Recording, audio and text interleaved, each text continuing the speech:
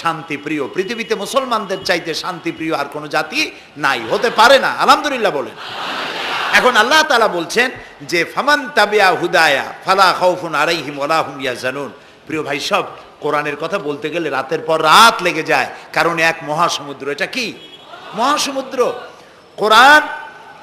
এই কোরআন আল্লাহ তাআলা আমাদেরকে শুধু তেলাওয়াত করতে পাঠান নাই। আমাদের অভ্যাস হয়েছে যে খালি তেলাওয়াত করি, মুখস্থ করি। দেখেন না, রমজান মাস শেষ হয়ে গেলে পরে বন্ধু বান্ধব আত্মীয় স্বজন সব এক জায়গায় বসে এক একজন গল্প করে, ভাই আমার পুত্রবধূ 13 খতম, আমার বউ 7 খতম, আমার নাতনি 11 খতম, আর আমি এমনি এমনি খতম হয়ে গেছি। প্রিয় ভাই সব, আপনারা বলেন কোরআন শরীফকে এইভাবে শুধু খতম করার জন্য আসছে? আমি কিন্তু আপনাদের কোরআন শরীফ পড়া বা খতম করা নিষেধ করছি না। আমি উদ্দেশ্য বোঝাতে চাচ্ছি, আল্লাহ তাআলা এই কোরআনের জন্য নাজিল করেন নাই যে আমরা জ্বলবো আর পড়বো আর বুঝবো না। আচ্ছা ভাই, একটা বইয়ের নাম কোন তো পৃথিবীতে, একটা বইয়ের নাম আমাকে শুনান যে বইটা মানুষেরা না বুঝে পড়ে? পারবেন বলতে? পারবেন না। এমনকি আপনার ছোট্ট বাচ্চা কেজি 1, কেজি 2, কেজি 3-তে পড়ে, বা কি জানি কয়, নার্সারি গ্রুপে পড়ে, তারেও দেখবেন প্রত্যেকটা শব্দ বানান করিয়া অর্থ সহকারে বুঝে পড়ে। বলেন ঠিক কিনা? কিন্তু কপাল পোড়া মুসলমান জাতি একমাত্র মাজলুম কিতাব, আল্লাহর কিতাব কোরআন শরীফ পড়ে, অথচ কিছু বোঝে না। ঠিক কিনা? আমি যদি এখন জিজ্ঞেস করি যে আপনারা কোরআন বুঝে পড়তে পারেন কয়জন, হাত তোলেন। যদি বলি হাত কি কম বেশি উঠবে না কম উঠবে? সেই জন্য হাত উঠাইতে বললাম না। এটা আমাদের জন্য কপাল পোড়ার লক্ষণ। কি পোড়ার লক্ষণ? বিশ্বাস করুন ভাই, কোরআন শরীফ তাবিজ লেখার জন্য আসে নাই, কোরআন শরীফ ঝুলে ঝুলে আপনি পড়বেন এই জন্য আসে নাই। কোরআন আসছে তেলাওয়াত করবেন, বুঝবেন, আমল করবেন। হাদিস শরীফে এসেছে কোন সাহাবীর এক একটা সূরা শেষ করতে বছরের পর বছর চলে যেত। কারণ কি? কারণ হলো তারা এক একটি আয়াত পড়তেন, বুঝতেন, বাস্তব জীবনে আমল করতেন, আরেকটা আয়াত পড়তেন, বুঝতেন, আমল করতেন, তারপরে আবার আরেকটা পড়তেন, আমল করতেন। এভাবে করে সাহাবীরা কোরআন পড়তেন, বুঝতেন, আমল করতেন। ফলে এই সাহাবীরা যখন বিয়ে শাদী করতেন, সাহাবীরা যখন ব্যবসা বাণিজ্য করতেন, সাহাবীরা যখন কেনা বেচা করতেন, পারিবারিক জীবন যাপন করতেন, হাঁটাচলা করতেন, তখন মানুষেরা বুঝতে পারত, অনুভব করতে পারত যেন জীবন্ত কোরআন শরীফ চলাফেরা করছে। কোরআন যাদের কাছে, তাদের আমলের মধ্যে পরিবর্তন আসতে হবে। তো এরকম একটা বৈপ্লবিক কিতাব যাদের কাছে, তাদের তো আমলের মধ্যে পরিবর্তন আসবে। কি পরিবর্তন আসবে? এরা যদি ব্যবসায়ী হয় ওজনে কম দেবে না। সুবহানাল্লাহ কবেন না? আর এখন আমরা যা করি, সুবহানাল্লাহ থুইয়া খালি নাউজুবিল্লাহ কওয়া দরকার। ঠিক কিনা ভাই? মুসলমানের চাইতে এত ওজনে কম দেওয়ার লোক আর আছে কিনা সন্দেহ। ওজনে দেবে কম, খাদ্যে দেবে ভেজাল, সাক্ষী দেবে তো মিথ্যা সাক্ষী দেবে, ওয়াদা খেলাপ করবে, আমানতের খেয়ানত করবে, এরপরে ধার করবে, টাকা শোধ করবে না। ছেলে দিয়ে বলো আব্বা বাড়ি নেই। এখন সে যাইয়া যে টাকা চাইতে আসছে তারা বলে যে আব্বা বলছেন আব্বা নাকি বাড়ি নেই। বুঝতে পারছেন কথা? এই হলো মুসলমান। নাউজুবিল্লাহ কোন। এই জন্য আল্লাহ তাআলার নবী বলেছেন, ওয়ামান আমেলা বিহি উজেরা, যে ব্যক্তি কোরআন পড়বে, আমল করবে, আল্লাহ তাকে পুরস্কার দিবেন। কোথায় কোথায় দেবেন কোন তো? 2 জায়গায় দেবে, ইহকালেও দেবে, পরকালেও দিবে। দুনিয়ার পুরস্কারটা কি? দুনিয়ার পুরস্কারটা হলো যে চিন্তা থাকবে না, আর কোনো ভয়ও থাকবে না। ভয় থাকবে না কিসের? ভয় থাকবে না যেই সমাজে কোরআন মানা হবে, যেই সমাজের আইনের উৎস হবে কোরআন, ওই সমাজের মধ্যে চুরি, ডাকাতি, জেনা, ব্যভিচার, হত্যা, ধর্ষণ থাকবে না। কাজী ভীতিশূন্য, সমৃদ্ধিপূর্ণ, নিরাপত্তাপূর্ণ একটি সুন্দর সমাজ উপহার দেবে এই কোরআন। সুবহানাল্লাহ। সেই কোরআন আমরা তাবিজ বানাইছি, এটারে গোলাইয়া, এই কোরআন শরীফের পাতা লিখিয়া, তারপরে কি জানি কয়, পানির মধ্যে দিয়ে গোলাইয়া এগুলি খাওয়া হয়, মাদুলির মধ্যে ঢুকাইয়া গলার মধ্যে ঝুলানো হয়। দেখেন এই বাংলাদেশে যেসব কোরআন শরীফ ছাপা হয়, এই সব কোরআন শরীফের দুরবস্থা। এটা আছে কিনা আমি জানি না, আলহামদুলিল্লাহ এটা নাই। কোন কোরআন শরীফ যে বাংলাদেশে ছাপা হয়, সেগুলিতে লেখা থাকে সূরায়ে মায়েদার নকশা, সূরা ইউসুফের নকশা, সূরায়ে বনি ইসরাইলের নকশা। এই নকশা লিখা গলায় ঝুলাইলে পেটে ব্যথা ভালো হবে, ওই নকশা ঝুলাইলে মেয়ের বিয়ে হবে তাড়াতাড়ি, এই নকশা ঝুলাইলে যে মেয়েকে পছন্দ করো বিয়ে করতে পারবা তাড়াতাড়ি। নাউজুবিল্লাহ কর। নকশার মধ্যে আছে কি? নকশার ভিতরে আছে 1293, 1711, 513, হাবি জাবি কতগুলো নাম্বার দিয়া তারপরে লাল কালি দিয়ে দাগ দিয়ে দিয়ে ধান্দাবাজি করা। এরপরে ওই ধান্দাবাজি তাবিজের কোনায় কোনায় লেখে ইয়া জিব্রাইলো, ইয়া মিকাইলো, ইয়া ইসরাফিলো, ইয়া আজরাইলো। উপরে লেখে ইয়া বধূহ, নিচে লেখে ইয়া বধূহ। আমি একজন তাবিজ লেখককে জিজ্ঞেস করলাম, ভাই ইয়া আজরাইলু ইয়া মিকাইলু তো বুঝলাম, ইয়া বধূহ কি? কয়ে যে হুজুর আমি নিজেও বুঝি না বধূহ কি। এই হলো তাবিজ। এই তাবিজ লেখার জন্য আল্লাহ তাআলা কোরআন নাজিল করেন নাই। কথা কি বুঝে আসছে? তাবিজের জন্য আসে নাই, তদবিরের জন্য আসে নাই, শুধু পড়ব এজন্য আসে নাই। কোরআন এসেছে বোঝার জন্য, তেলাওয়াতের জন্য, বোঝার জন্য, কোরআন অনুযায়ী জীবন গড়ার জন্য। আল্লাহর নবী তাই বলেন, ওয়ামান আমেলা বিহি উজরা, কোরআন শরীফ যে পড়বে আর আমল করবে, দুনিয়ায় শান্তি দেওয়া হবে, আখিরাতেও পুরস্কৃত করা হবে। আখিরাতের পুরস্কারটা কি? নবীজি বলেছেন, মান কারাল কোরআনা ফাস্তাজহারাহু ফাহাল্লা হালালাহু ওয়া হাররামা হারামাহু আদখালাহুল্লাহুল জান্নাহ ওয়া শাফাআহু ফি আশরাতিন মিন আহলি বাইতিহি কুল্লুহুম কাদ ওয়াজাবাত লাহুন নার। সাদাকান নবী সাল্লাল্লাহু আলাইহি ওয়াসাল্লাম। নবী করিম সাল্লাল্লাহু আলাইহি ওয়াসাল্লাম বলেছেন, যে ব্যক্তি কোরআন পড়লো, বুঝলো, আর কোরআনের হালালকে হালাল জেনে চললো, হারাম থেকে বিরত থাকলো, আর কোরআনের আইনকে প্রতিষ্ঠিত করার আন্দোলনে শরীক হলো, সুবহানাল্লাহ গণ, এরকম লোককে আল্লাহ তাআলা কিয়ামতের দিন জান্নাত দান করবেন। সুবহানাল্লাহ। ওয়ামান আমেলা বিহি উজরা ওয়ামান হাকামা বিহি আদালা। এ কোরআন শরীফ দিয়ে যে বিচার করবে, আল্লাহ তাআলা বলছেন সেই করবে কেবলমাত্র জাস্টিস, কিসত, জাস্টিস, ইনসাফ কায়েম করতে পারবে, যে কোরআন দিয়ে বিচার ফয়সালা করবে।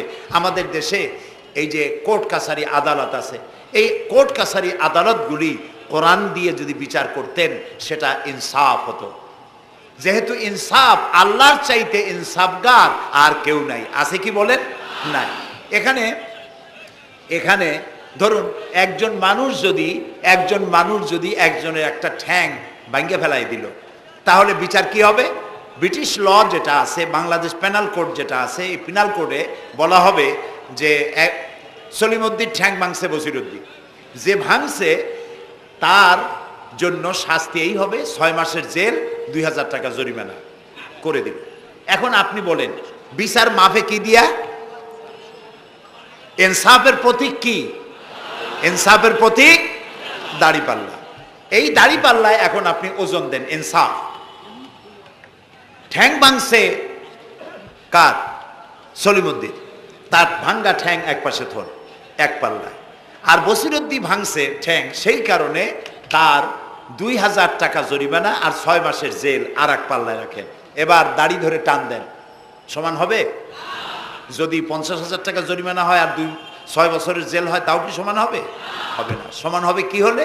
সমান হবে ওই সলিমউদ্দিন ভাঙ্গা ঠ্যাং এক পাল্লায় দাও, আর যে ভাঙছে তার নাম কি? বসিরউদ্দিন। বসিরউদ্দিন কেউ যদি থাকেন রাগ করবেন না, আমি একটা দৃষ্টান্ত দিচ্ছি। এখন ওই বসিরউদ্দিন ভাঙ্গা, তারও একটা ঠ্যাং ভাঙ্গিয়া যদি এই পাল্লায় রাখেন, এখন যদি টান দেন, তাহলে সমান হবে কিনা বলে? এটা হচ্ছে কোরআন। এই কোরআন বলছে পায়ের বদলে পা, হাতের বদলে হাত, নাকের বদলে নাক, চোখের বদলে চোখ, জানের বদলে জান। সুবহানাল্লাহ। এটা ইনসাফ। এই ইনসাফ হচ্ছে কোরআনের দেওয়া ইনসাফ। সুতরাং আল্লাহ তাআলা নবী বলছেন, ওমান হাকামা বিহি আদালা, যে ব্যক্তি এই কোরআন দিয়ে বিচার ফয়সালা করবে, যে ব্যক্তি, যে পরিবার, যে সমাজ, তারা ইনসাফ কায়েম করতে পারবে। যেহেতু আল্লাহর চাইতে ইনসাফগার পৃথিবীতে আর কেউ নাই, আকাশেও নাই, জমিনেও নাই। রাসূলুল্লাহ বলছেন, ওয়ামান দা ইলাইহি হুদিয়া ইলা সিরাতিল মুস্তাকিম, যে ব্যক্তি কোরআনের দিকে মানুষকে দাওয়াত দেয়, সেই একটি সহজ সরল রাস্তার দিকে দাওয়াত দেয়, যে রাস্তার শুরু পৃথিবী থেকে আর রাস্তার শেষ জান্নাতুল ফেরদাউসে গিয়া। সুবহানাল্লাহ। এটা হচ্ছে সেই কোরআন। বুঝতে না পারার কারণে আমরা বিপদে পড়েছি। প্রিয় ভাই সব, আপনারা আছেন কষ্টে, বসেছেন পানির মধ্যে, আছেন দাঁড়াইয়া, মাথার উপরে ছেঁড়া সামিয়ানা বিরক্ত করছে। আমি লম্বা করতে চাই না, অল্পের মধ্যে ছেড়ে দেই যাতে করে আপনাদেরও সুবিধা হয়, কষ্ট না হয়।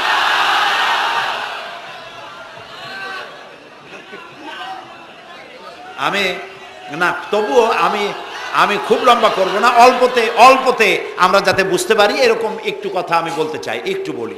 এবং সেইটা বলবো, হ্যাঁ সেইটাই বলবো যেটা আপনারা শুনতে চান, সেইটাই বলবো যেটা শুরু করেছিলেন আমাদের রফিকুল ইসলাম খান ভাই, মহানগরীর সেক্রেটারি জনাব রফিকুল ইসলাম খান। আল্লাহ তাআলা ওনার প্রতি রহম করুন, আমরা বলি আমিন। এবং আমার বক্তৃতার পরে আমরা আমাদের সম্মানিত অ্যাসিস্ট্যান্ট সেক্রেটারি জেনারেলের কিছু কথা আমরা শুনবো ইনশাআল্লাহ। তো আমি ওই আয়াতটা দিয়েই কথা বলি। আল্লাহ তাআলা বলছেন, ইয়া আইয়ুহাল্লাযীনা আমানু হাল আদুল্লুকুম আলা তিজারাতিন তুনজিকুম মিন আযাবিন আলীম تؤمنون بالله ورسوله وتجاهدون في سبيل الله بأموالكم وأنفسكم ذلكم خير لكم إن كنتم تعلمون। হে বিশ্বাসীরা, তোমরা যারা ঈমান এনেছো শোনো, হাল আদুল্লুকুম আলা তিজারাতিন, আমি কি তোমাদেরকে এমন একটি ব্যবসার কথা বলবো না যে ব্যবসায় তোমাদেরকে জাহান্নামের কঠিন শাস্তি থেকে তোমাদেরকে রক্ষা করবে? এমন একটি ব্যবসার কথা বলবো না? তার মানে অবশ্যই এরকম একটা ব্যবসার কথা আমি তোমাদের বলবো যে ব্যবসা তোমাদেরকে জাহান্নামের কঠিন শাস্তি থেকে বাঁচায় দেবে। সুবহানাল্লাহ বলি। জাহান্নাম থেকে বাঁচাবার জন্য ব্যবসা শিখাচ্ছেন কে? আল্লাহ। এবার দেখেন, ব্যবসা এটা করলে লাভও আছে, নোকসানও আছে, ঠিক না? বলেন আছে কিনা? লস অ্যান্ড প্রফিট এর মধ্যে থাকবেই। কিন্তু আল্লাহ রাব্বুল আলামিন বলেন, আমার সঙ্গে যে ব্যবসা করবে ওই ব্যবসাটা হচ্ছে তিজারাতান লান তাবুর। আমার সাথে যে ব্যবসাটা করবা এই ব্যবসায় কোনো নোকসান নাই, শুধু লাভ লাভ আর লাভ। কে বলতেছেন? এরকম একটা ব্যবসা করবেন? আমি জানি আমরা লাভের ব্যাপারে খুব আছি, নোকসানে আমরা কেউ নাই। মানুষ লেখাপড়া জানুক আর না জানুক, লাভ যেখানে সেখানে মানুষ ঝাঁপ দেয় তাড়াতাড়ি। ওই যে বলে না যে এই হিসাব না জানলে কি হবে, কম দিলে টের পায়। আমরা লাভ খুব ভালোই বুঝি, এই জন্য এটা কোরআনও নয় হাদিসও নয়, একটি রূপক কথা। এক ব্যবসায়ী নেকে কিয়ামতের দিন হাজির করা হবে, ফেরেশতা তাকে বলবে যে আল্লাহর বান্দা, তোমার পাপ আর পুণ্য, ন্যাক আর বদ এই দুটি সমান সমান হয়ে গেছে, 50-50। এখন কোন জায়গায় যাবা? কও বেহেশতে যাবা না দোজখে যাবা? ব্যবসায়ী লোকটা কিছু জানে না, সে কয় যে ফেরেশতা ভাই, আমি তো দোজখে চিনি না, বেহেশতেও চিনি না, সারা জীবন ব্যবসা করছি, যে জায়গায় গেলে আমার 2 টাকা লাভ হয় ওইখানে আমার পাঠাবো। তো মানুষ লাভ খুব ভালো বোঝে এবং লাভের দিকে মানুষ ঝোঁকে বেশি। এই জন্য আল্লাহ তাআলা বলছেন, হাল আদুল্লুকুম আলা তিজারাতিন তুনজিকুম মিন আযাবিন আলিম, যেটা লাভ আর লাভ। আমার সাথে ব্যবসা করো, শুধু লাভ হবে। তো এই ব্যবসার মধ্যে পুঁজি হলো 3টা। ব্যবসার মধ্যে পুঁজি কয়টা? 3টা। আল্লাহ রাব্বুল আলামিন বলেন, তুমিনুনা বিল্লাহি ওয়া রাসূলিহি ওয়া তুজাহিদুনা ফি সাবিলিল্লাহ। 3টি পুঁজি। একটি হলো আল্লাহর প্রতি ঈমান, রাসূলের প্রতি ঈমান এবং আল্লাহর রাস্তায় জিহাদ করা, মাল দিয়া জান দিয়া। এই কয়টা হলো? 3টা। চলুন এই 3টি কথার ব্যাখ্যা করে তারপরে মোনাজাত করব সংক্ষেপে, যেন আমরা আল্লাহর সাথে ব্যবসাটা শুরু করতে পারি আজকে থেকেই। আল্লাহ যেন তৌফিক দেন, বলেন আমিন। 1 নম্বর হচ্ছে তুমিনুনা বিল্লাহ, আল্লাহর প্রতি বিশ্বাস, আল্লাহর প্রতি ঈমান। বলেন আল্লাহর প্রতি ঈমান। এখন আপনারা বলবেন যে এটা তো কোনো নতুন কথা হলো না, আল্লাহর প্রতি ঈমান আনছি, যদি ঈমানই না থাকতো তাহলে কি বৃষ্টির মধ্যে এই পানির মধ্যে আমরা কি বসে থাকতাম? 100% সত্য কথা। ঈমান না থাকলে কেউ আসতেন না, আর এই পানির মধ্যে, ঝড়ের মধ্যে বাঁশ ভাঙ্গে মাথায় পড়তে পারে এই ঝুঁকি নিয়ে বসতেন না, ঠিক কিনা ভাই? আমরা সবাই ঈমানদার। তবে আল্লাহর উপর ঈমান আনতে হলে 4টি শর্ত লাগে। কয়টি শর্ত? 4টি শর্ত ফুলফিল করলে আল্লাহর উপর ঈমান এনেছি বলে প্রমাণিত হবে, নইলে আল্লাহ আছে একথা নূরা পাগলাও বলছে। নুরা পাগলার বলা আর আপনার আমার বলা এটা তো এক হওয়ার কথা না, ঠিক কিনা বলে? তা আল্লাহর উপর ঈমান আনতে হলে শর্ত কয়টা? 4টা। 1 নম্বরের শর্ত হলো আল্লাহর জাত সম্পর্কে স্বীকার করে নেওয়া, আল্লাহর অস্তিত্ব, আল্লাহ আছেন এটা মেনে নেওয়া। তো আল্লাহ আছেন এ ব্যাপারে আমাদের কোনো দ্বিমত নাই, ঠিক না? এবং কোরআনে কারীমের ছোট্ট একটি সূরায় আল্লাহ তাআলা তার নিজের জাত সম্পর্কে এভাবে বলেছেন, কুল হুয়াল্লাহু আহাদ। আমরা জানি না এই সূরা? পড়েন, কুল হুয়াল্লাহু আহাদ আল্লাহুস সামাদ লাম ইয়ালিদ ওয়া লাম ইউলাদ ওয়া লাম ইয়াকুন লাহু কুফুয়ান আহাদ। আল্লাহ তাআলা বলেন, বলো হে নবী আপনি বলুন, আল্লাহ এক এবং একক, তিনি কারো মুখাপেক্ষী নন, তিনি কাউকে জন্ম দেন নাই, তাকেও কেউ জন্ম দেয় নাই। দুনিয়া এই আকাশে এবং জমিনে তার সমকক্ষ কেউ নাই। তিনি এক, তিনি একক, তিনি ছিলেন, তিনি আছেন এবং তিনি থাকবেন। লাইসা কামিসলিহি শাইউন, তার মতো কেউ নাই। তবে প্রশ্ন ওঠে আল্লাহ আছেন কোথায়? এরকম একটা প্রশ্ন করা যেতে পারে, আল্লাহ কোথায় আছেন? বলতে পারবেন কোথায় আছে? এটি নিয়ে বিভ্রান্তি আছে মানুষের মধ্যে। কেউ বলেন আল্লাহ সদা সর্বত্র বিরাজিত, সব জায়গায় তিনি আছেন। এই কথাটি সত্য নয়। আল্লাহর যদি সব জায়গায় থাকা লাগে তাহলে পৃথিবীর মধ্যে ভালো জায়গাও আছে, খারাপ জায়গাও আছে। আছে না খারাপ জায়গা? আমি সেসব জায়গার নাম নিলাম না, আপনারা বুঝে নেন। তাহলে আল্লাহ সব জায়গায় থাকলে এই কথা যদি সত্য হয় তাহলে এটি অত্যন্ত বেয়াদবিমূলক কথা, এ কথা ঠিক না। আল্লাহ আছেন কোথায়? আল্লাহ নিজেই বলছেন তিনি কোথায় আছেন। কোরআনে কারীমে রব্বুল আলামিন তিনি কোথায় আছেন একথা তিনি নিজেই বলে দিয়েছেন, আর রহমানু আলাল আরশিস তাওয়া। আল্লাহ তাআলা আরশের উপরে আছেন, সুবহানাল্লাহি ওয়া বিহামদিহি। এবং প্রত্যেক রাত্রে তিনি শেষ রাত্রে প্রথম আকাশে আসেন, নবী করিম সাল্লাল্লাহু আলাইহি সাল্লাম বলেছেন। প্রিয় ভাই সব, তো আল্লাহ তাআলা সদা সর্বত্র বিরাজমান যে কথাটা বলা হয় এটা আক্ষরিক অর্থে ওরকম না, এটা ব্যাখ্যা সাপেক্ষে কথা। আল্লাহ সদা সর্বত্র সব জায়গা সম্পর্কে ওয়াকিফাল, তিনি সব জানেন, সব দেখেন। তিনি সামিউন, তিনি বাসিরুন, তিনি দেখতে পান, তিনি শুনতে পান। আপনার আমার দেখার মধ্যে কোনো বাধা, প্রাচীর, অবস্ট্রাকশন কিছু একটা থাকতেই পারে। আল্লাহর দেখার মধ্যে কোনো বাধা নাই। অন্ধকার রাতেও দেখেন, কুয়াশাচ্ছন্ন হলেও দেখেন, মেঘের মধ্যেও দেখেন, তার দেখায় কোনো বাধা নাই, তার শোনায় কোনো বাধা নাই। এমনকি মহাসাগরের অতল তলদেশে ছোট্ট পাথরের গায়ে লাগানো একটি ছোট্ট পোকা, যাকে মাইক্রোস্কোপ যন্ত্র ছাড়া দেখা যায় না, এমন ছোট্ট সূক্ষ্ম একটি পোকাও যদি, ক্ষুদ্র একটি পোকাও যদি পেটের জ্বালায় অথবা ক্ষুধার জ্বালায় চিৎকার মারে, কেউ শুনতে পায় না। আরশের মালিক আল্লাহ রব্বুল আলামিন তা শুনতে পান। এ হচ্ছে আল্লাহ, তিনি সব শুনতে পান, সব দেখতে পান। তার জাত সম্পর্কে স্বীকার করে নেওয়া, মেনে নেওয়া, তিনি আছেন, তার শক্তি সহকারে তাকে মানা। আমরা যে কোনো জিনিস বিশ্বাস করি তার শক্তি সহকারে বিশ্বাস করি। বাতাসকে বিশ্বাস করি, প্রচণ্ড বেগে বয়ে গেলে আমাদের মাথার উপরে যা আছে ভেঙে চুরে সব শেষ করি ভালো, এভাবে বিশ্বাস করি। পানিকে বিশ্বাস করি, সে চুবায়ে মারতে পারে, ডুবায়ে মারতে পারে। পানির চুবানো, ভিজানো এ শক্তি পানির আছে। আমরা আগুনকে বিশ্বাস করি, জ্বালিয়ে পুড়িয়ে ছাই করে দিতে পারে, এভাবে আগুনের শক্তি সহকারে বিশ্বাস করি। সাপকে বিশ্বাস করি, বাঘকে বিশ্বাস করি, দংশন করলে, থাবা মারলে কাম সারা। পয়জনকে বিশ্বাস করি, খাইলে পরে মরে যেতে পারি, শক্তি সহকারে বিশ্বাস করি, ঠিক না? এখন আল্লাহরে বিশ্বাস করি, এই কথা শুধু বললেই হবে না, আল্লাহকে বিশ্বাস করতে হবে তার গুণ সহকারে। সেই জন্য 4টি শর্তের 1 নম্বর শর্ত হলো আল্লাহর অস্তিত্বকে মানা। 2 নম্বরের শর্ত হচ্ছে আল্লাহর গুণাবলীকে স্বীকার করা, মেনে নেওয়া। আল্লাহর গুণাবলী কি? কোরআন শরীফে আল্লাহর অনেকগুলি নাম আছে। আল্লাহ এ হচ্ছে ইসমে জাত। আল্লাহ এটা কি? ইসমে জাত, আসল নাম কি? আল্লাহ।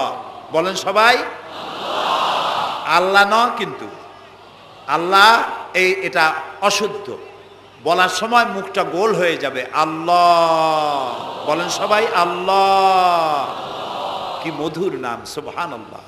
সুবহানাল্লাহ। আল্লাহ নিজেই বলেছেন ওয়ালাহুল আসমাউল হুসনা, আল্লাহ রয়েছে সুন্দর সুন্দর নাম। 99টি নামের কথা কোরআনে কারিমে আল্লাহ তাআলা নিজেই বলেছেন। সুবহানাল্লাহ। এখন ওই নামগুলিকে বলা হয় সিফাতি নাম, অর্থাৎ গুণবাচক নাম। এই গুণ সহকারে তাকে স্বীকার করতে হবে। তিনি রাজ্জাক, খেতে দেওয়ার মালিক কে? আল্লাহ। তিনি রব, সৃষ্টি করেন। তিনি খালেক, তিনি স্রষ্টা। তিনি রব, তিনি প্রতিপালনকারী। তিনি রহমান, তিনি দয়ালু। তিনি রহিম, তিনি রহমান, তিনি দাতা। রহিম, তিনি দয়ালু। অর্থাৎ প্রত্যেকটা নামের এক একটা শব্দ অর্থ আছে এবং সেই অর্থ সহকারে বিশ্বাস করতে হবে তাকে। এই বিশ্বাস যদি আমরা করতে পারি তাহলে শিরক থেকে আমরা বাঁচতে পারবো। সুবহানাল্লাহ বলেন। আচ্ছা বলেন তো, সন্তান দেওয়ার মালিককে? সন্তান না দেওয়ার মালিককে? হায়াতের মালিককে? মওতের মালিককে? খেতে দেওয়ার মালিককে? কষ্ট দেওয়ার মালিককে? কষ্ট থেকে বাঁচাবার মালিককে? সব কিছুর মালিককে। এইভাবে আমরা কি বিশ্বাস করি? না, সবাই করি না। যারা বলেছেন আমিও বিশ্বাস করি, হ্যাঁ বিশ্বাস আমাদের থাকতে পারে, কিন্তু অনেক লোক আছে এভাবে বিশ্বাস করে না বলেই বিবাহ করেছে, সন্তান হয় না।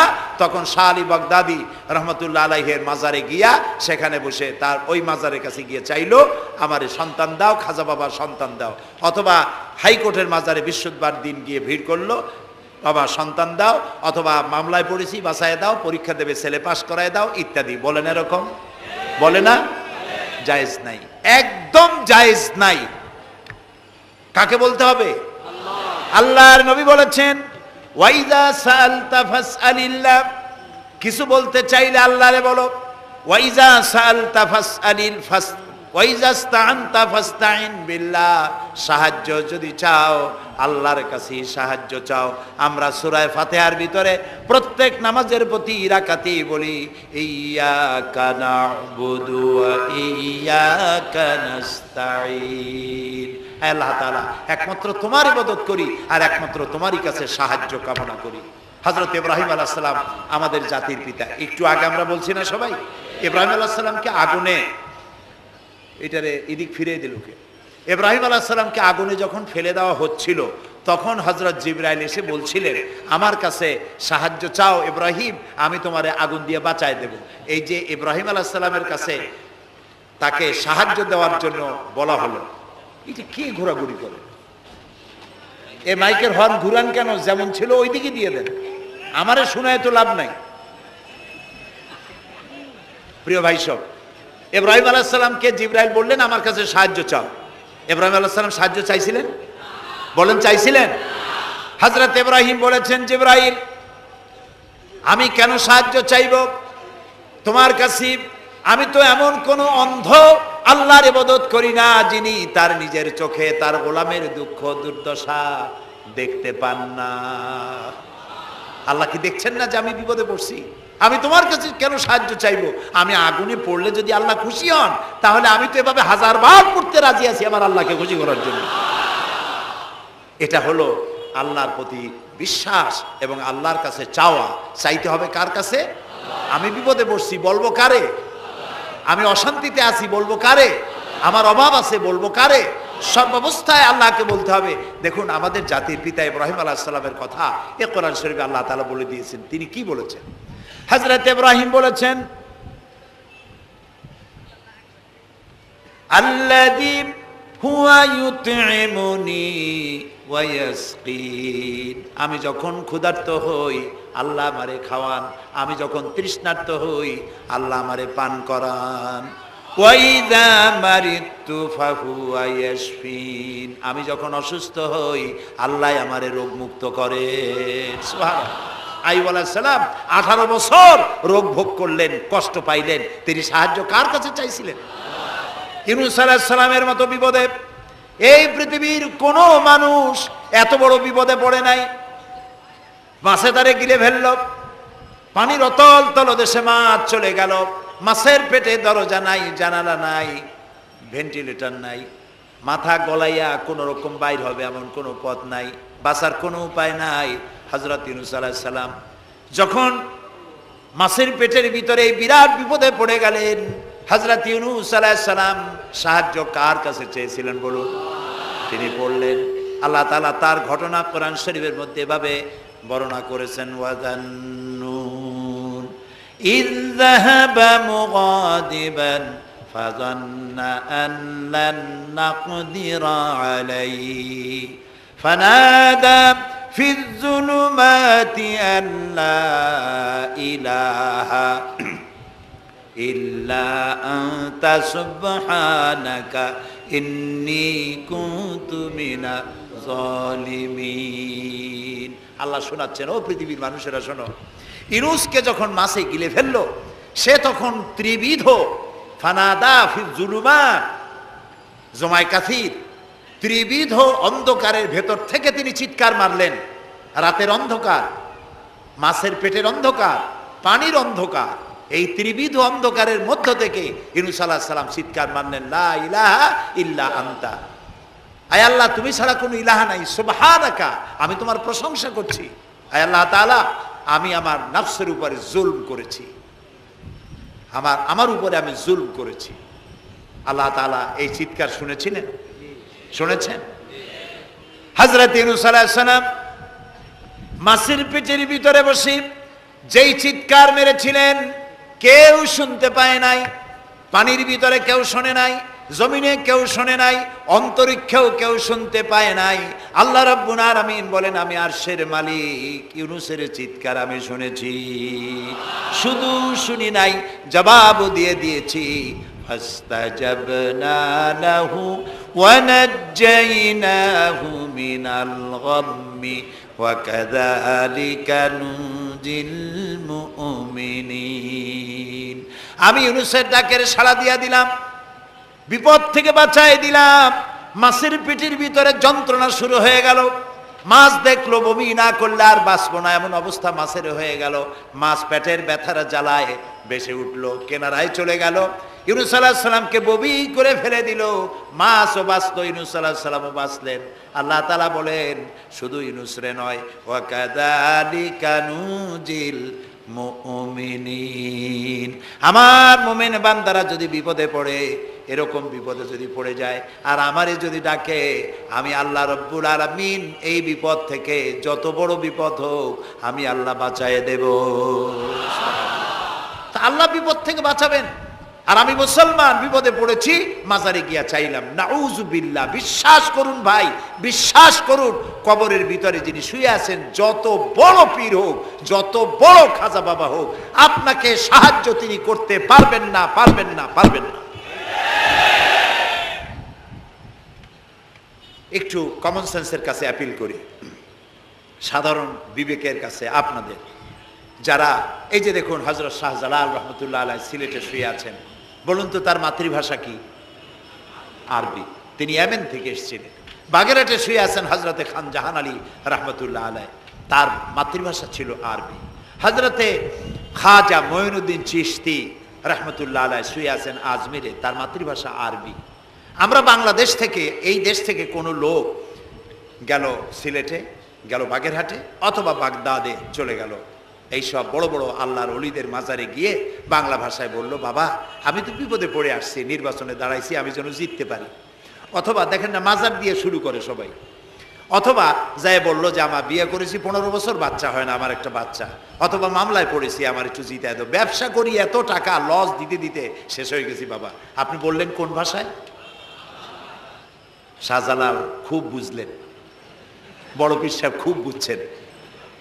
তাহলে আপনার 1 নম্বর ফায়ার মিস হয়ে গেল, মিস ফায়ার। আচ্ছা, 2 নম্বর কথা হলো, যার কাছে আপনি চাইলেন তিনি ওখানে ঘুমন্ত আছেন না চেতনা আছেন, এ ব্যাপারে আপনার কোনো গ্যারান্টি আছে, নিশ্চয়তা আছে?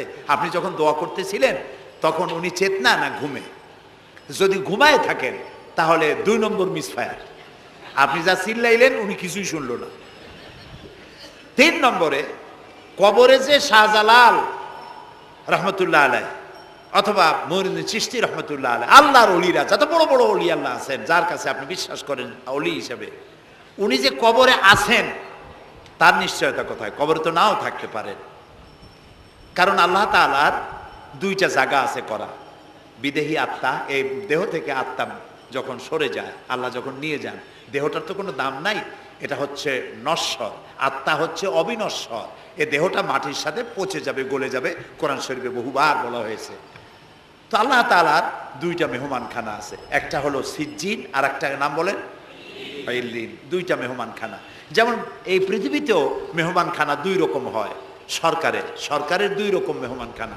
চোর, ডাকাত, খুনি, বদমাস এগুলি যদি গ্রেফতার হয় তাহলে ওরা খাবে কি? ওদের তো শ্বশুর বাড়ি দিয়ে অথবা বাপের বাড়ি দিয়ে ভাত খাবার দেওয়া হবে না, গভর্নমেন্টের মেহমান হয়ে গেছে। কাজী এদের জন্য মেহমানখানা গভর্নমেন্টের একটা আছে, সরকারি মেহমানখানা। ওইটা কোনটা কোন তো? ও, তাও আপনারা চেনেন। আর একটা মেহমানখানা হচ্ছে ভিআইপিদের জন্য, যারা ভেরি ইম্পর্টেন্ট পার্সন অথবা ভেরি ভেরি ইম্পর্টেন্ট পার্সন যারা, তাদের জন্য, অর্থাৎ প্রেসিডেন্ট, প্রধানমন্ত্রী, মন্ত্রী, এমপি, সচিব, ওনারা যখন বাংলাদেশের কোনো জায়গায় বেড়াতে যান তখন সরকারি মেহমানখানা ওনাদের জন্য থাকে। ওইটার নাম কি? সার্কিট হাউস, ডাক বাংলা ইত্যাদি, রেস্ট হাউস, এগুলি তার জন্য থাকে। তো পৃথিবীর মানুষের জন্য শ্রেণীভেদে যদি এ ধরনের মেহমানখানা থাকে, তো যারা নাকি দুনিয়া থেকে মারা যাবে ওদের জন্য আল্লাহর মেহমানখানা থাকতে নাই? আছে। এবং সেটা আগেই বলেছি, যারা জাহান্নামে যাবে ওদেরকে রাখা হবে সিজ্জিন নামক একটা মেহমানখানা আছে, ওখানে তারা থাকবে। আর যাদেরকে আল্লাহ জান্নাতে নিবেন, তো বিচারের আগে তো জান্নাতে নেবেন না, তাদেরকে ইল্লিন নামক সার্কিট হাউস জাতীয়, এই জাতীয় একটা ভালো জায়গায় আল্লাহ তাআলা তাদের রাখবেন। তাহলে আপনি যে কবরের কাছে যায় চাইলেন, হয় ঘুমায় আছে, আপনার ভাষা বুঝলো না, আর কবরে থাকলেও ঘুমে আছে নাকি তাও আপনি জানেন না, আর কবরে নাই এটাও হতে পারে যে আল্লাহ তাআলা অন্য কোথাও তাকে নিয়ে রেখেছেন। কাজেই তিনটা জিনিসই, আপনার পথের ভাড়া নষ্ট, পরিশ্রম নষ্ট, আর তিনটা ফায়ার করছিলেন, তিনটা ফায়ার মিস হয়ে গেল। তাহলে হবে এমন সত্তার কাছে, কোনো পীর নয়, বুজুর্গ নয়, খাজা বাবা নয়, চাইতে হবে এমন সত্তার কাছে যিনি কখনো ঘুমান না, যিনি বাংলাও বোঝেন, ইংরেজিও বোঝেন, আরবিও বোঝে, উর্দুও বোঝে, সকল ভাষা যিনি সৃষ্টি করেছেন। সেরকম কেউ কি আছেন? আছেন? কি নাম তা? এক আঙ্গুল আকাশের দিকে উঁচু করে বলেন, নাম কি? আরো জোরে বলেন, আবারও বলেন, সুবহানাল্লাহ, আলহামদুলিল্লাহ বলেন। এই জন্য নবী করিম সাল্লাল্লাহু আলাইহি ওয়াসাল্লাম বলছেন, ওয়াইজা সাআলতা ফাসআলিল্লাহ, কিছু বলতে হলে আল্লাহরে বলো। ওয়াইজা ইসতাআনতা, সুয়াল করলে আল্লাহরে বলো। ওয়াইজা ইসতাআনতা ফাসতাইন বিল্লাহ, আর যদি সাহায্যের প্রয়োজন হয় কোনো ব্যাপারে, যে কোনো ব্যাপারে সাহায্যের প্রয়োজন, আল্লাহর কাছে চাও। আমাদের অবস্থা হলো এই যে ইমাম তো দুর্বল, বিপদে পড়লেই দৌড় দেয় মাজারের দিকে।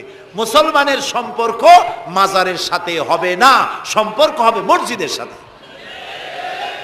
আল্লাহর নবী যখনই বিপদে পড়তেন, মুসিবতে পড়ে যেতেন, সঙ্গে সঙ্গে উজু করে মসজিদে নববীর ভিতরে প্রবেশ করতেন, 2 রাকাত কাজায়ে হাজাতের নামাজ পড়তেন, আল্লাহর দরবারে হাত তুলতেন, চোখের পানি ছেড়ে দিতেন, আল্লাহ রাব্বুল আলামিনের দরবারে মোনাজাত কবুল হয়ে যেত।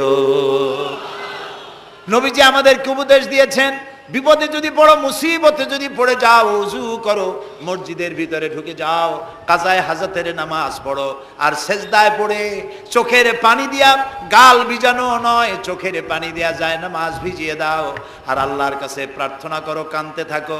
রব্বুল আলামিন, আল্লাহর নবী বলেছেন, বান্দা যদি গুনাহ মাফির জন্য গুনাহ করেছে, লজ্জায় অনুতপ্ত হয়ে অনুশোচনা করে বান্দা যখন কাঁদতে থাকে, চোখের পানি নাকের অর্ধেক আসতে না আসতে আল্লাহ রব্বুল আলামিন বান্দারে মাফ করে দেন। বিশেষ করে বুড়া মানুষ, আমাদের মধ্যে 2 শ্রেণীর লোক আছে, যুবক আর বৃদ্ধ। মাহফিলগুলিতে আল্লাহর মেহেরবানি যুবকেরা অনেক বেশি আসে, আলহামদুলিল্লাহ বলে। এরকম আসতে করলেন কেন? আপনি তাকায় দেখেন, ডানে বায় তাকান, ডানে বায় তাকান, দাড়ি পাকা কয়জন আছে দেখেন। 2%, 3% or 5% দাড়ি পাকা হতে পারে, 95% যুবক আর যুবক। সুবহানাল্লাহ, আলহামদুলিল্লাহ। বামপন্থীদের এখানেই কষ্ট, এখানেই কষ্ট। তারা চিন্তা করে এত কষ্ট করিয়া পয়সা করি দিয়া তারপরে কর্মী বানাইলাম, একটা মাহফিলে গিয়া কি এর একটা সমাবেশ দেখলো, মাহফিলে গেল, আমাদের পুকুরের জিয়ানো মাছগুলি সব ইসলামের পুকুরে চলে গেল। এটা তাদের জন্য হেভি লস। আসলে ওরা ধরে রাখতে পারবে না, ঠেকাইতে পারবে না। গায়ে তো মুসলমানের রক্ত, রক্ত কার? এসব যুবকেরা একটা মুসলিম মায়ের পেটে জন্মগ্রহণ করেছে, একটা মুসলিম পিতার জন্মে আসছে। আর রাসূলুল্লাহ যুবকদের ব্যাপারে যে কত কথা বলেছেন, সুবহানাল্লাহ বলো আগেই। রাসূলুল্লাহ বলেছেন কিয়ামতের দিন আল্লাহর আরশের ছায়া ছাড়া কোনো ছায়া থাকবে না, প্রচন্ড রৌদ্র হবে, জমিনটা তামার মতো হয়ে যাবে। ইন্না লিল্লাহি ওয়া ইন্না ইলাইহি রাজিউন। সেই জায়গায় আরশের নিচে 7 শ্রেণীর লোকদেরকে আল্লাহ তাআলা জায়গা দেবেন। কয় শ্রেণী?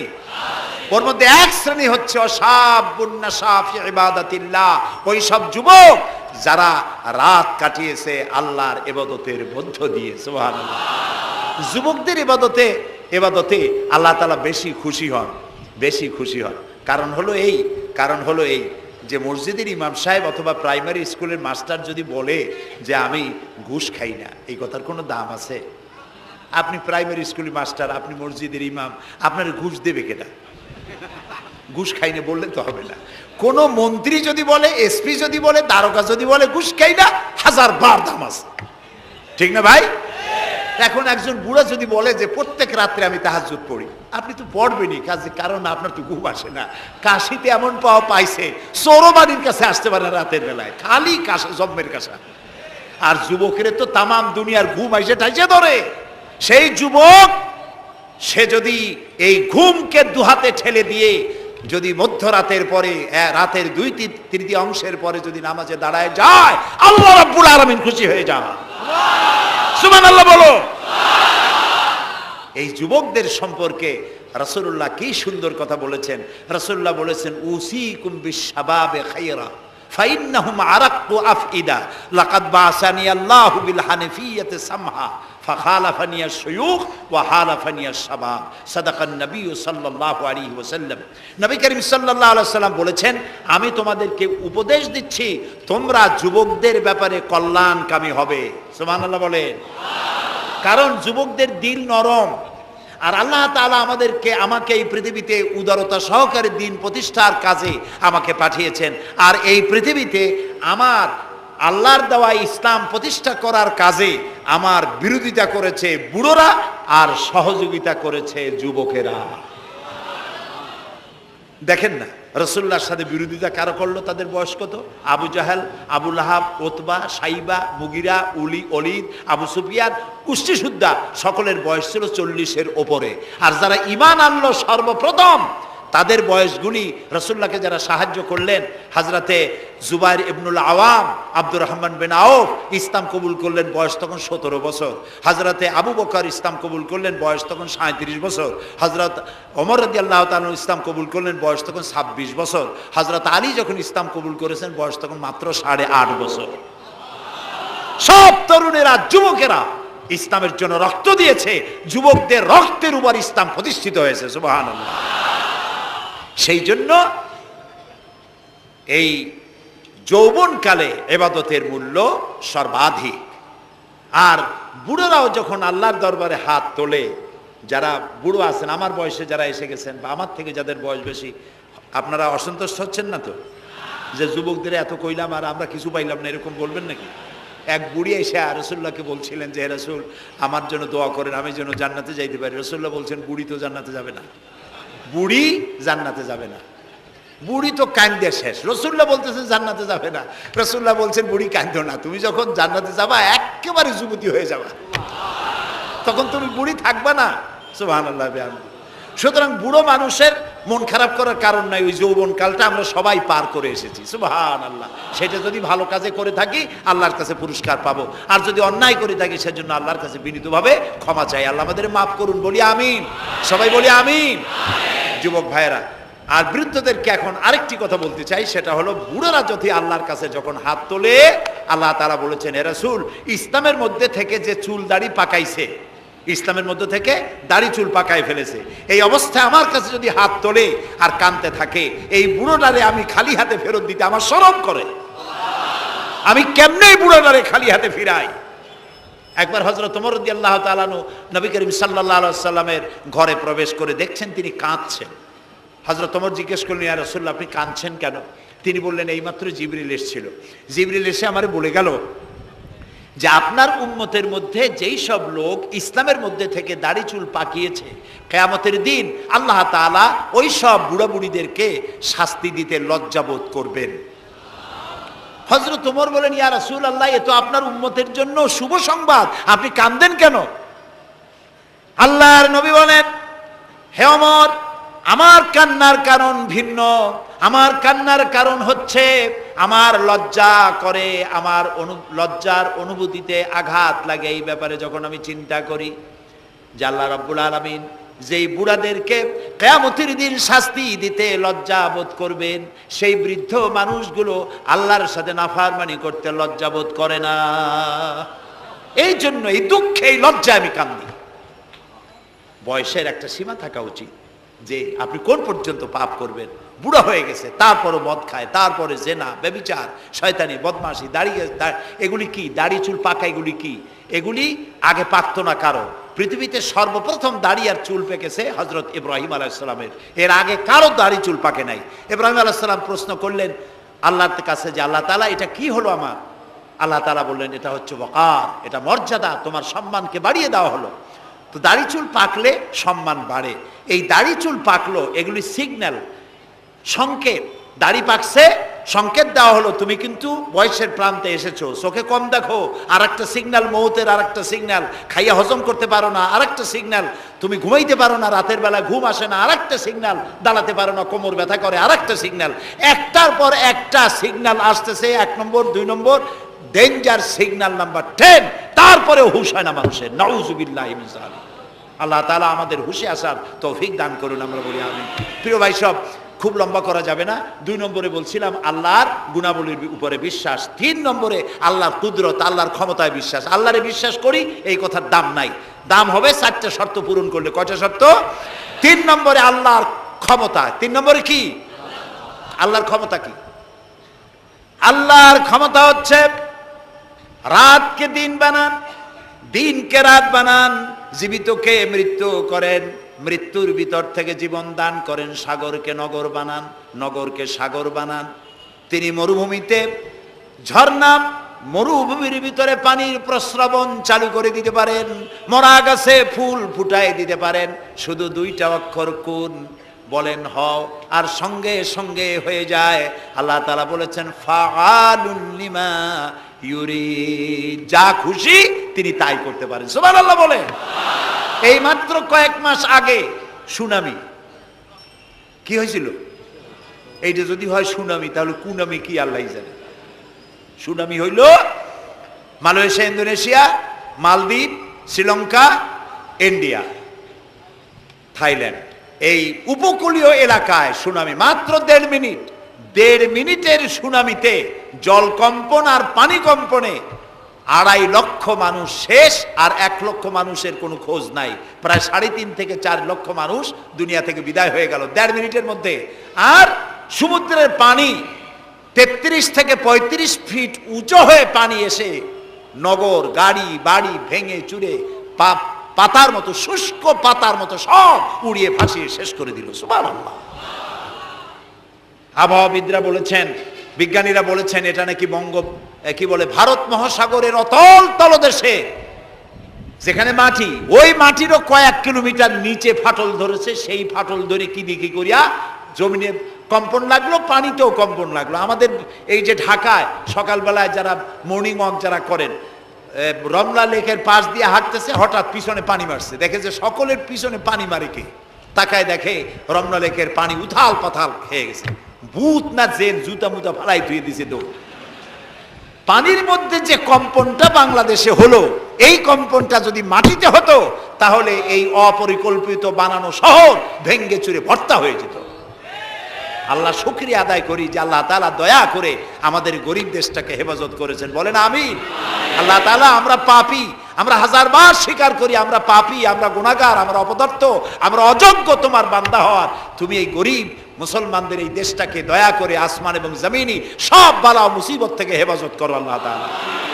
প্রিয় ভাই সব, আল্লাহ তাআলার ক্ষমতাকে বিশ্বাস করতে হবে। আর 4 নম্বরে আল্লাহর হুকুম এবং আহকামকে মানতে হবে, আল্লাহর আদেশ আর নিষেধ মানতে হবে।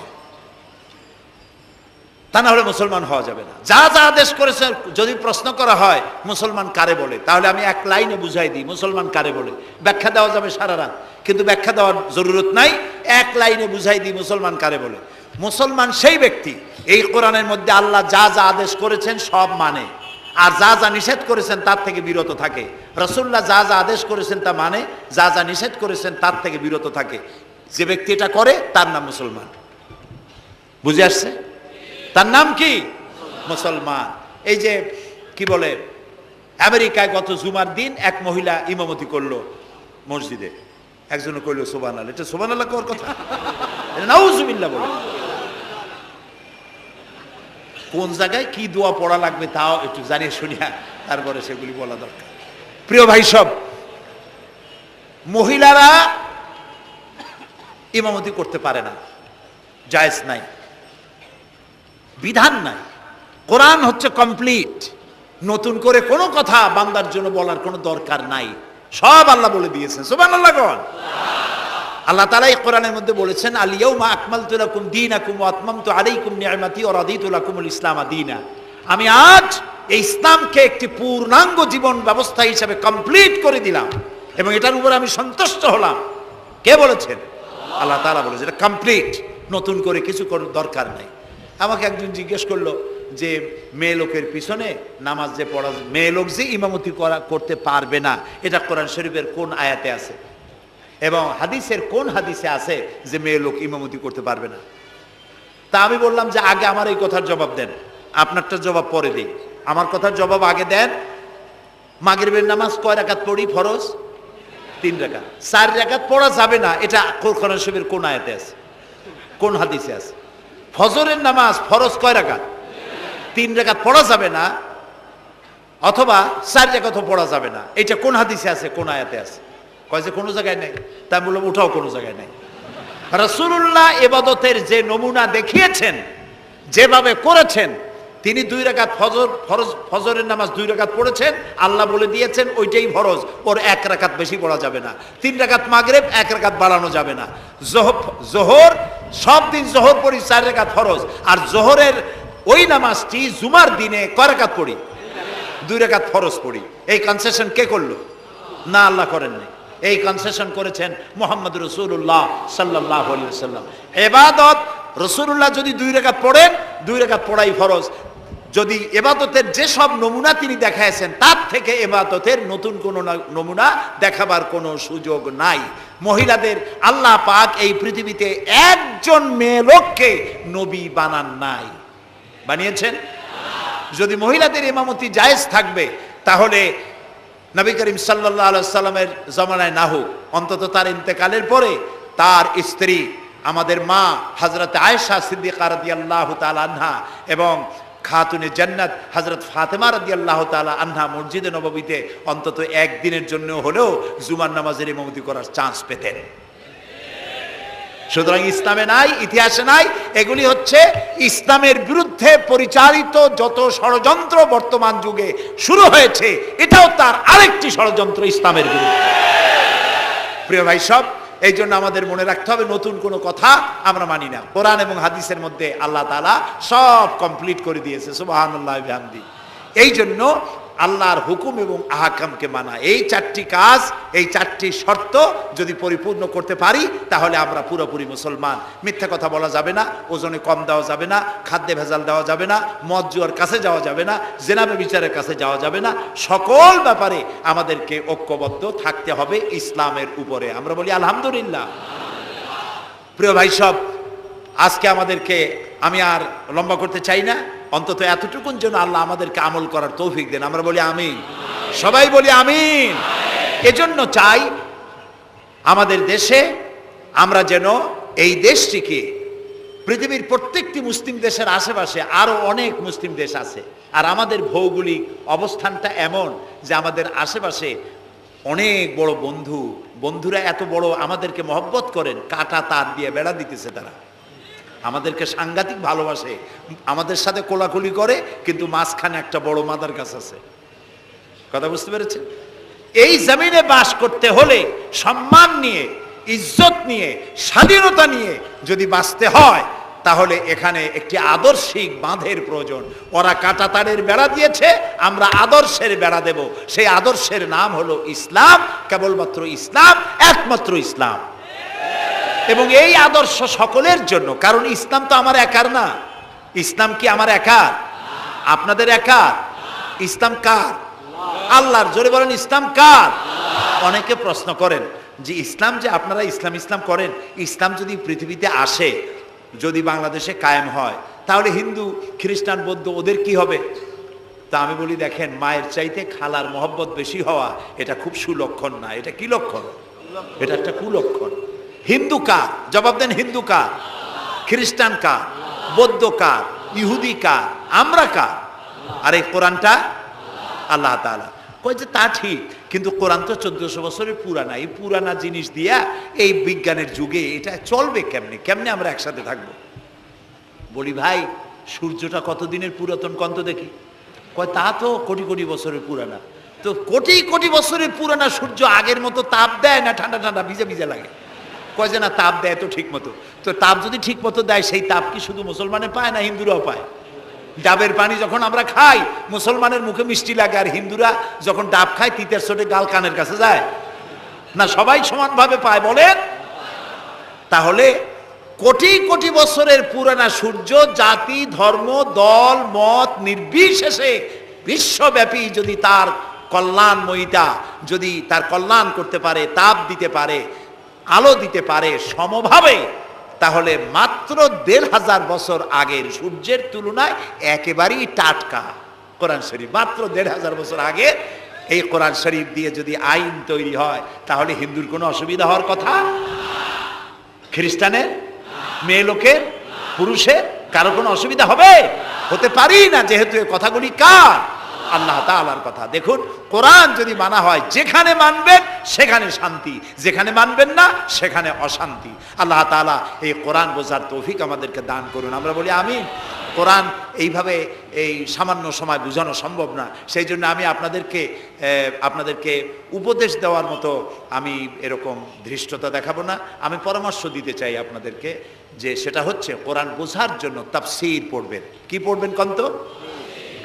যেই তাফসীরটা পড়লে পরে ইসলাম বুঝবেন, নিজেকে বুঝবেন, নিজের দায়িত্বের অনুভূতি বুঝবেন, সেই তাফসীরটার নাম তাফহিমুল কোরআন। বলেন তো নামটা কি? আর একবার বলেন। 19 খণ্ডে সমাপ্ত। এটি নামটা যদিও আরবি, এটি বাংলায় অনুবাদ করা হয়েছে। বাংলা আমার মায়ের ভাষা, আলহামদুলিল্লাহ কোন। বাংলা ভাষার জন্য আমরা গর্বিত, আলহামদুলিল্লাহ কোন। আর ভাষার স্রষ্টা পৃথিবীর কোনো মানুষ নয়, ভাষার স্রষ্টা কে? আল্লাহ চুজ করেছেন আমাদেরকে বাংলা ভাষার জন্য, তাই আমরা বাংলা ভাষী। আর বাংলা আমার প্রিয় ভাষা, আমার মায়ের ভাষায়, আমার বাপের ভাষায়, এই বাংলা ভাষায় কোরআন শরীফের অনেক তাফসিরের বাংলা হয়ে গেছে, আলহামদুলিল্লাহ। এবং হাদিস, এমন কোন হাদিস নাই যার বাংলা হয় নাই। এমন কোন ইসলামী সাহিত্য যা মুসলমানদের জন্য প্রয়োজন, তার সবগুলি বাংলা ভাষায় ছাপা হয়ে গেছে, আলহামদুলিল্লাহ। কিন্তু আমাদের একটু কপাল খারাপ, এখানে বিমল মিত্রের কড়ি দিয়ে কিনলাম এত বড় বই, এগুলো পড়তে মাথায় যন্ত্রণা হয় না। শরতের রচনা বলি, রবীন্দ্রের রচনা বলি, বঙ্কিমের রচনা বলি, পড়তে মাথায় যন্ত্রণা হয় না। বড় বড় নাম করা নাট্যকারদের লেখা এই সেই হাবিজাবি কত বইপত্র, সব পড়তে পারে, কিন্তু কোরআন শরীফের একটা তর্জমা, একটা আয়াত, 2টা আয়াত পড়ার মতো ধৈর্য আমাদের নাই। প্রিয় ভাই সব, যারা পড়ে না তারা পৃথিবী গড়তে পারে না, যারা পড়ে তারাই গড়ে। আপনি চিন্তা করে দেখেছেন, গত 100 বছরের ভিতরে এই মুসলমানেরা পৃথিবীকে কিছু উপহার দিতে পেরেছে আবিষ্কার করে। আপনার পকেটে যে মোবাইল, আমার পকেটে যে মোবাইল, এটা আমাদের আবিষ্কার করা না? কম্পিউটার আমাদের আবিষ্কার করা না? কিন্তু যখন আমরা পড়তাম তখন আমরা আবিষ্কারও করতাম। এক সময় ঘড়িটা আমরা আবিষ্কার করেছি। আপনার আমার হাতে যে ঘড়ি, এই ঘড়ি আবিষ্কার করেছে মুসলমানেরা। কম্পাস আবিষ্কার করেছে মুসলমান। অ্যালজাবরা, ম্যাথামেটিক্স, জিওমেট্রি আবিষ্কার করেছে মুসলমানরা। এই সার্জারি, শল্য চিকিৎসা আবিষ্কার করেছে মুসলমানেরা। অনেক বন্দুক, কামান আবিষ্কার করেছে মুসলমানেরা। যারা যখন তারা পড়তো তখন তারা দেশ গড়ত, পৃথিবী তাদের পায়ের উপরে চুমা খাইতো। এখন লেখাপড়া নাই, অন্যের বানানোটা সেইটা গ্রহণ করি। যদি পড়তাম তাহলে নিজেকেও করতে পারতাম, পৃথিবীকেও কিছু দিতে পারতাম। এই জন্য কোরআন শরীফের মধ্যে আল্লাহ তাআলা প্রথম রসুলের কাছে যে আয়াত নাজিল করেছেন সেটা নামাজ না, রোজা না, হজ না, জাকাত না। প্রথম যে কথা বলেছেন সেটা ছিল ইকরা বিস্মি রাব্বিকাল্লাযী খালাক। পড়ো পড়ো, রিড অ্যান্ড রিড। তুমি তোমার প্রভুর নামে, তোমার আল্লাহর নামে পড়ো। আল্লাহ প্রথম কি বলেছেন? পড়ো। সেই পড়ার কাছে আমরা নাই। আমরা কি ওয়াদা করতে পারবো যে এখন থেকে আমরা পড়বো? পারবো ওয়াদা করতে? এই পৃথিবীকে যদি কিছু দিতে চাই, আমার নিজের পরিবার যদি গড়তে চাই, সমাজ এবং রাষ্ট্র বিনির্মাণে যদি কোনো অবদান রাখতে চাই, পড়ার কোনো বিকল্প নাই। আসুন আমরা সবাই মিলে পড়ি, ইসলামের বইপত্র পড়ি। সাহিত্যের কোনো অভাব নাই। ইসলামী সাহিত্যের বিশাল ভান্ডার খুলে দেওয়া হয়েছে বাংলাদেশে। আলহামদুলিল্লাহ কর, জোরে আলহামদুলিল্লাহ কর। তাফহিমুল কোরআন কোথায় আছে খুঁজে বের করতে হবে। মাত্র 1000 টাকা হাদিয়া, মাত্র 1000 টাকা। পানের দোকানেও এখন তাদের পুঁজি অনেক বেশি। আলহামদুলিল্লাহ, আমার দেশের মানুষের ইনকাম বাড়ছে। আলহামদুলিল্লাহ কর। এইরকম আলহামদুলিল্লাহ কোন আসতে পয়সা বাড়লো আপনাদের? কোন আলহামদুলিল্লাহ। মানুষের না শুকুরিটা বেশি। দেখেন রোজার মাসে কাঁচামরিচের দাম একটু বাড়িয়ে গেল, দেখছেন না শুকুরি, তখন কি চিল্লা পাল্লা শুরু হয়ে গেল। কাঁচামরিচ 180 টাকা, এই দেশে থাকবো না। তো লোকেরা বলেছে আপনারা যান না কেন? আচ্ছা, বেগুন হইছে 80 টাকা কেজি, বেগুন 80 টাকা। তো রোজার মাস বেগুন 80 টাকা, বেগুনি খাইতে পারে না। বাংলাদেশের মানুষ তো উদ্ভাবনী ক্ষমতা আছে। পত্রিকায় দেখলাম যে পেপেনি বানাইছে তারা, পেঁপে কাইটিয়া তাতে বেসন লাগাইয়া বেগুনি আর বানাইতে পারে নাই, পেপেনি বানাইছে। তো দেখলাম যে নোবেল, এই ভাজা পোড়ার উপরে যদি নোবেল পুরস্কারের কোনো ব্যবস্থা থাকতো তাহলে বাংলাদেশ নোবেল পুরস্কার পাইতো পেপেনি বানাইয়া। বেগুন হয়েছে 80 টাকা, সেই জন্য ঝগড়াঝাটি এক শেষ। কাঁচামরিচ 120 টাকা, সেজন্য একেবারে চিল্লায় শেষ। কিন্তু মূলা যখন 3 টাকা, গরুতেও খায় না। এত মূলা হইলো, এত কপি হইলো, সেজন্য আল্লাহ শুকরিয়া নাই, শুকরিয়া আদায় করে না। মানুষকে আল্লাহ শুকর আদায় করতে হবে। এই দেশ আমাদের, এটা মার্চ মাস, এই দেশে এই মাসেই দেশ স্বাধীন হয়েছিল। সেই স্বাধীনতার জন্য যারা জীবন দিয়েছিলেন তাদের জন্য আমরা মোনাজাতে দোয়া করব, এবং এই স্বাধীনতা, সার্বভৌমত্ব কিয়ামত পর্যন্ত আল্লাহ যেন এই দেশে টিকিয়ে রাখেন, সেজন্য আল্লাহর কাছে আমাদেরকে দোয়া করতে হবে। স্বাধীনতার কত দাম এটা বুঝতেছে আজ প্যালেস্টাইনের ফিলিস্তিনি মুসলমানেরা, বুঝতে পারছে কাশ্মীরের মুসলমানেরা, বুঝতে পারতেছে চেচনিয়া বসনিয়ার মুসলমানেরা। আমরা যেন, আমাদেরকে আল্লাহ তাআলা যেন কিয়ামত পর্যন্ত এই স্বাধীনতার মর্যাদা দেওয়ার তৌফিক আমাদেরকে যেন দেন, আমরা বলি আমিন। প্রিয় ভাই সব, সেই জন্য বলছিলাম পড়তে হবে। বইপত্র কিনবেন, মাত্র 1000 টাকা হাদিয়া।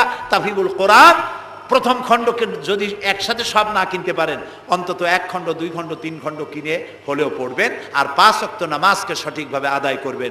যেভাবে ওয়াজ শুনতে আসছেন, তাফসীর শুনতে আসছেন, এইভাবে মসজিদে গিয়ে বা জামাত নামাজ আদায় করবেন। নামাজ পড়লে কপাল খুলবে। কপাল হলো সৌভাগ্যের প্রতীক, আর নাক হলো মর্যাদার প্রতীক। মানুষে বলে না যে ভাই আমার কপাল পুড়ছে, কপালে কি আগুন লাগছিল? পুড়লো কেন? কপাল পুড়ছে মানে ভাগ্য নষ্ট হয়েছে। আবার বলে ভাই আমার নাক কাটা গেছে, তো নাক কাটছে কি দিয়ে? ছুরি দিয়ে না কেসি দিয়ে?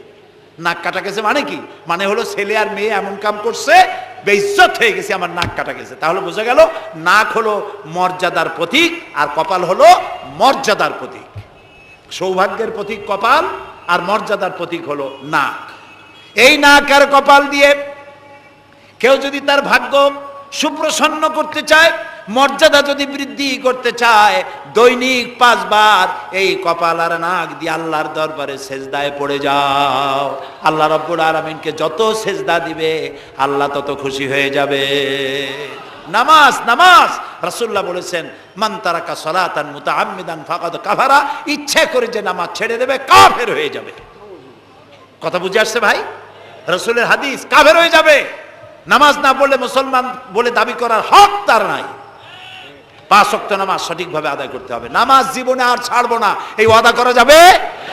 যারা পারবেন কেবলমাত্র তারাই 2 হাত উঁচু করেন, বলেন ইয়া আল্লাহ তোমার পবিত্র নামে শপথ করি, কসম করি, যতদিন পর্যন্ত মালাকুল মউত আমার মাথার কাছে না আসতেছে ততদিন পর্যন্ত ফরজ নামাজ, ফরজ রোজা আর ছেড়ে দেব না, আর ছাড়বো না, আর ছাড়বো না। এবার বলেন ইয়া আল্লাহ আমার মৃত্যু পর্যন্ত আমার আজকের এই ওয়াদা আমাকে পালন করার তৌফিক দাও, আমিন আমিন ইয়া রাব্বাল আলামিন। সবাই হাত নামান, এক্ষুনি মোনাজাত করব। মোনাজাতের জন্য দাঁড়ানো ভাইরা মেহেরবানি করে একটু বসেন। আমি এতক্ষণ কিন্তু একবারও বলি নাই যে বসেন বসেন বসেন। এবার মোনাজাত হবে, মোনাজাতের জন্য মেহেরবানি করে একটু বসেন। মোনাজাতটা বসে করাই আদব করে নেবেন। আল্লাহুম্মা আমিন। ربنا ظلمنا أنفسنا وإن لم تغفر لنا وترحمنا لنكونن من الخاسرين سبحانك اللهم وبحمدك نستغفرك ونتوب إليك হায় আল্লাহ তাআলা, হাজার হাজার মুসলমান নরনারী বৃষ্টি এবং ঝড়ো হাওয়াকে উপেক্ষা করে তোমার বান্দা বান্দিরা দীর্ঘক্ষণ ধরে তোমার দ্বীনের কথা শুনেছেন। আল্লাহ তাআলা মেহেরবানি করে আমাদের তামাম জিন্দেগির গুনাহ খাতাকে মাফ করে দাও রব্বুল আলামিন। আমাদের মধ্য থেকে যাদের মা বাপ দুনিয়া থেকে জনমের মতো বিদায় হয়ে গেছে, আল্লাহ তাআলা তাদের কবরগুলিকে জান্নাতের টুকরায় পরিণত করে দাও। রব্বির হামহুমা কামা রব্বায়ানি সগীরা।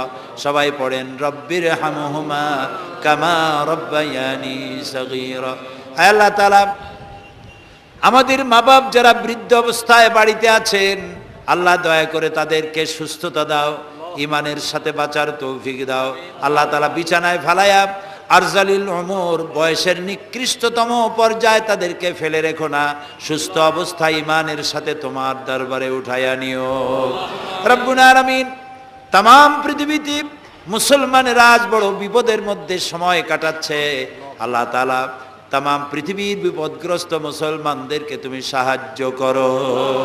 আল্লাহ তাআলা Iraq, Afghan, Palestine, Kashmir, Chechnya, Bosnia সহ দুনিয়ায় যত জায়গায় মুসলমানেরা বিপদে আছে, আল্লাহ সকলকে তুমি উদ্ধার করো।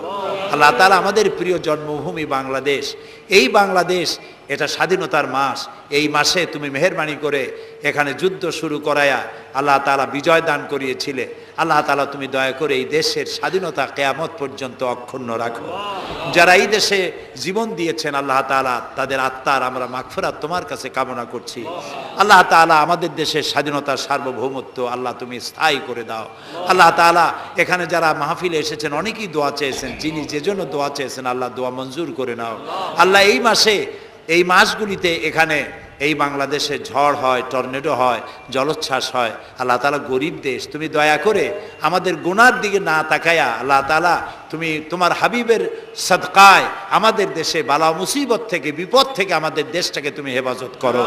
আল্লাহ তাআলা বর্তমান সরকার যেসব ওয়াদা করে ক্ষমতায় এসেছেন, এই ওয়াদাগুলি প্রত্যেকটি ওয়াদা অক্ষরে অক্ষরে পালন করার তৌফিক দান করে দাও। আল্লাহ তাআলা সন্ত্রাস থেকে আমাদের এই জাতিকে তুমি রক্ষা করো। আল্লাহ কারাই দেশে বোমা মারে, কারা গ্রেনেড হামলা চালায় তুমি তাদেরকে জানো। আল্লাহ তাআলা তুমি দয়া করে এদেরকে হেদায়েত নসিব করে দাও। আল্লাহ তাদেরকে হেদায়েত নসিব করে দাও। আল্লাহ তোমার ইলমে যদি জানা থাকে ওদের কপালে হেদায়েত নাই, তাহলে তুমি হামান, সাদ্দাত, ফেরাউন এদেরকে যেভাবে গজব দিয়েছো, আমার দেশে যারা নৈরাজ্য সৃষ্টি করতে চায়, গ্রেনেড হামলা করে, বোমা হামলা করে, মানুষ মারে, সন্ত্রাসী তৎপরতা চালিয়ে মানুষকে হত্যা করে, আল্লাহ এদেরকে ওইভাবে গজব দিয়ে, লানত দিয়ে বিদায় করে দাও। আল্লাহ তাআলা আমাদের দেশটাকে তুমি দয়া করে রক্ষা করো, হেফাজত করো আল্লাহ তাআলা। আল্লাহ তাআলা মিরপুর সমাজ কল্যাণ পরিষদ বহু কষ্ট করে এই আয়োজন করেছেন। আল্লাহ তাআলা তারা যেন ঋণগ্রস্ত না থাকে। যত লোক মাহফিলে বক্তব্য শুনতে এসেছেন আল্লাহ তাআলা যাওয়ার সময় তাদেরকে এই পরিষদকে সাহায্য করে যাওয়ার জন্য তৌফিক দান করে দাও। আল্লাহ তাআলা মা বোনেরা যারা এসেছেন তাদের গুনাহ খাতাকে মাফ করে দাও। মা বোনদেরকে পর্দায় থাকার তৌফিক দান করে দাও। নিঃসন্তানীকে সন্তান দিয়ে দাও। মা বোনদের এমন আমল করার তৌফিক দাও যাতে করে কিয়ামতে হযরত আয়েশা, হযরত খাদিজার সঙ্গে হাসর নসিব হয়ে যায়। রব্বুল আলামিন আমাদেরকে বিবি বাল বাচ্চা যা দান করেছো সবগুলিকে আল্লাহ তুমি দিনদার, ইমানদার, নামাজি, পরহেজগার বানায় দাও। আমাদের যাদের অসুখ বিসুখ আছে আল্লাহ দয়া করে আমাদের রোগ ব্যাধি ভালো বানায় দাও। রব্বানা তাকাব্বাল মিন্না ইন্নাকা আনতাস সামিউল আলিম ওয়া তুব আলাইনা ইন্নাকা আনতাত তাওয়াবুর রহিম। সুবহানা রাব্বিকা রাব্বিল ইজ্জাতি আম্মা ইয়াসিফুন ওয়া সালামুন আলাল মুরসালিন ওয়াল হামদুলিল্লাহি রাব্বিল আলামিন। ওয়াজআল آخر كلامنا عند الموت لا إله